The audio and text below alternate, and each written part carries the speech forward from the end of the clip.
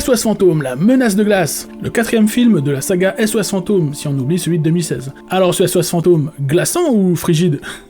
C'est un film sympa, mais qui accuse quelques lacunes je trouve. Déjà j'ai passé un bon moment car j'ai trouvé l'univers très sympa, et les personnages sont tous assez attachants. On sent que le scénario est très respectueux de cet univers et de ses personnages, surtout les plus anciens. J'ai bien aimé toute l'intrigue autour du méchant et de son teasing durant toute l'histoire. On est accroché à notre siège en attendant qu'il débarque enfin. Le film va passer à peu près une bonne heure à annoncer cette arrivée et à développer chaque perso pendant ce temps. Pour moi c'est plutôt bien géré. Mais une fois le méchant là, tout va super vite. Son arc narratif fond aussi vite qu'un glaçon dans une marmite d'eau bouillante, c'est super dommage. Le grand final du film dure 10 minutes à tout casser. Tout se termine en 2 temps, 3 mouvements. On dirait que les gars n'avaient plus assez de pages pour finir le scénario et qu'ils ont résumé la fin sur le carton de la couverture. C'est super bête d'avoir une intrigue aussi prenante pour avoir un final aussi rushé. J'espérais quelque chose d'aussi fun et étonnant que les grandes batailles de fin des 2 premiers films, mais il n'en est rien, cela reste très basique comme final. Aussi, autant j'ai accroché au look du méchant dans la bande-annonce, autant son look dans le film n'est pas aussi inquiétant. Après, je comprends que les créateurs voulaient un truc accessible à toute la famille, mais avoir un côté thriller un poil angoissant par moment aurait pu contrebalancer la comédie. D'autant plus que le pouvoir du méchant n'est pas très clair dans son fonctionnement, c'est à peine expliqué, ce qui crée pas mal d'incohérences. Ensuite, l'histoire installe un nouveau perso plutôt sympa, mais contrairement aux persos principaux, celui-là n'est pas développé alors qu'il a une importance à la fin. Ce qui est dommage, c'est que son action aurait pu avoir un symbolisme fou et nous choper par les émotions si on connaissait un peu mieux son passé. Pour le coup, je trouve qu'un flashback retraçant son histoire aurait été très utile pour nous connecter émotionnellement à lui, parce que là on ne le connaît pas assez. Aussi, dernier point, on n'a pas l'impression que cela fait 40 ans que les gens de cette ville vivent avec des fantômes. Tous les spectres de cet univers ne sont pas méchants, et le fait que l'on ne développe pas plus la relation des habitants avec leurs voisins d'outre-tombe rend cet univers un peu plat. Il y avait de quoi faire avec par exemple des appels pour déloger des fantômes qui sont complètement pacifiques, et les dilemmes moraux que cela peut entraîner chez les Ghostbusters qui se retrouvent en balance entre laisser le spectre là où il est, ou alors le mettre en unité de confinement avec tous les autres fantômes maléfiques. SOS Fantôme, la menace de glace est un bon divertissement qui prend le temps de développer ses personnages principaux et d'installer une intrigue plutôt sympa, bien qu'il faudrait 30 minutes de plus pour développer ses personnages secondaires. L'histoire manque aussi d'un méchant charismatique, d'un final plus fun, d'un développement plus en profondeur de l'univers.